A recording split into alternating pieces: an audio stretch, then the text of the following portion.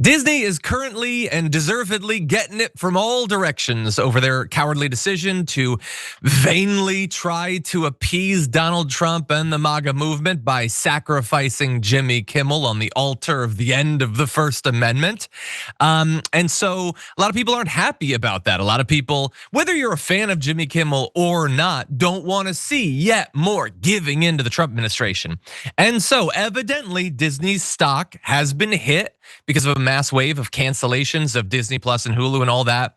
This report is saying their stock dropped 7%. We were looking into it this morning, and I'm not sure that it dropped 7%, but it definitely did drop. And so there has been some hit.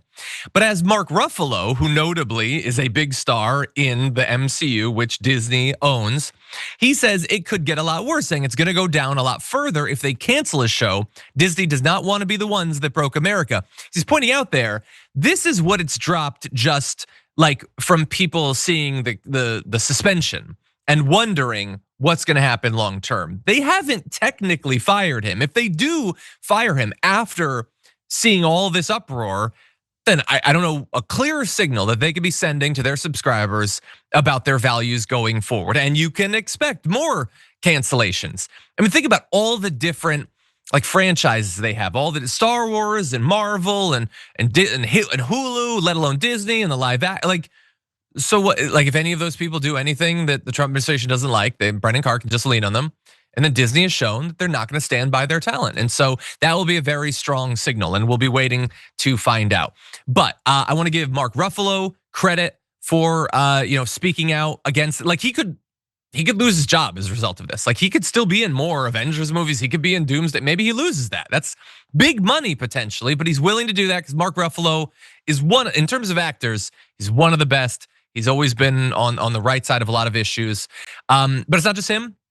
Tatiana Maslany, who starred in She-Hulk on Disney Plus, also not only did talked about it, she went on her Instagram and said, "Cancel your Disney Plus, Hulu, ESPN subscriptions."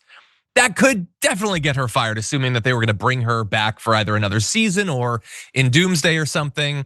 And so you love to see that. Now, Marisa Tomei is no longer with the MCU. Her character was technically killed off, spoiler alert. But she also was telling people to unsubscribe and boycott. And I love to see these people that I already liked artistically also having the right politics. It's just nice when that lines up that way. And some people like Pedro Pascal said he was in support of Kimmel. I don't know if he technically called on people to boycott, but Dan Gilroy, writer, an Emmy winner from Andor, was talking about all the government siege of free speech and the free media and all that. And all that's good. I like it, JR. Doesn't mean that they're gonna reverse this, but I like to see the pressure building. What do you think? I think this is sometimes where it needs to start. Look, we always hear about boycotts and sometimes they work, or if they're so clearly stated by someone, hey, let's boycott it. It gets people going online and some social media posts, and then it really doesn't really take effect. Different was the way it went with Target, because that wasn't so much where people were just saying, yo, do this and then throw out all of your Target gear and shoot it in front of a lake, like Kid Rock did. No, none of that stuff where it's actually you have a distaste for this company because of what it is that they're doing and their direct attacks on you. So it's harder when it comes to something like Disney and then cancel Hulu subscriptions and all that stuff, because there's probably so many people that, number one, don't watch Jimmy Kimmel, don't follow what's going on politically, and don't understand how this is such a suppression of free speech, that they're like, well, how am I gonna watch my, my games? How am I gonna watch my movies? I got kids, they're gonna wanna continue to watch Disney. So all that's gonna stick, but this is where maybe it can change, because some of the talent, some of the bigger name people that aren't just Jimmy Kimmel will say things like this. They'll point out, maybe you wanna go this route. And that puts pressure on them to be concerned about what could happen. These huge corporations, they're always concerned about what's gonna happen. What is the market gonna say? Where our stock price is gonna go? And that causes them to then have a second thought about the types of moves that they do, because the people in power, in many cases, these well-known celebrities and actors and whoever else could be a part about this, are saying something. That's where the courage comes from people with some kind of platform and clout. Yeah. Jimmy down in Nebraska isn't gonna have enough clout from people like this to really say what it is that maybe needs to be done. And then if it has even the small effect that it's had so far, that's gonna cause them to rethink it. We have to use our power, and it starts with people who you would hope you can trust. I agree. Yeah, exactly. It's interesting that it's Jimmy that you're putting pressure on out in Oklahoma Oh to yeah. support Jimmy right there. But yeah, and a lot of people apparently have unsubscribed. We can't say that they're all because of this. It's possible that people, like watched WrestlePalooza and were disappointed by it or something. They might have canceled their ESPN as a result of that or something. But it's good to see it. We have power. We've seen that in other areas with Target and all that. Now here, also there's apparently there's this open letter. If we go to graphic 5, hundreds of actors, musicians, and directors have also spoken out in support of Jimmy to see who they focus on. So the tagline in that says De Niro, Tom Hanks, Ben Stiller, and everything. And they led with Selena Gomez, which is a big fan of Only Murders in the Building. I support. And thank you to Selena Gomez for also speaking out in support of him. And that's good. And we need to do that. Again, if somebody doesn't hold the line, they're never gonna stop, man. They're gonna go for one after another after another. Somebody has to stand up to them. We had that in the university side of this with Harvard. And it doesn't really, what were you gonna say? Can I ask you something? What's that? Let me flip this script for a second. So this whole potential negotiation with Jimmy Kimmel and Disney could be coming to a conclusion. I'm thinking of it this way. If I'm him or if I'm someone who's close to him, works with him, the guy's rich, he's fine, right? Don't do it. Don't do it. Stick to this because of this whole initial action that they've made. If they go, Jimmy, we're gonna give you all this other stuff that you want. We promise it's the only time we're gonna limit your free speech, which they're not gonna say. But even if they were on that whole approach, it's no.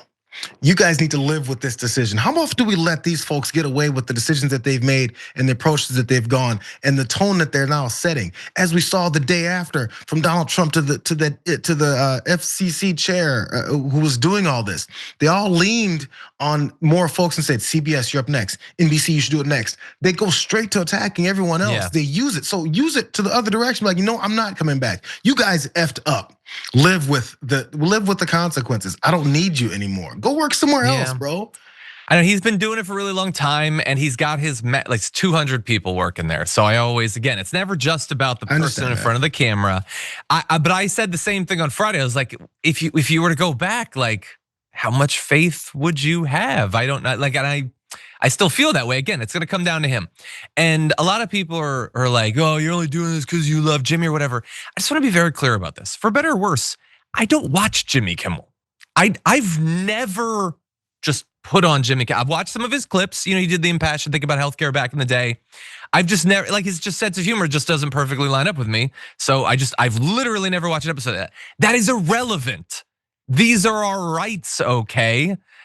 We don't hold the line there just if we like him or whatever. Yeah, I'd do that if I really like it. If they come for John Oliver, I'll be standing in support. But it doesn't matter, okay?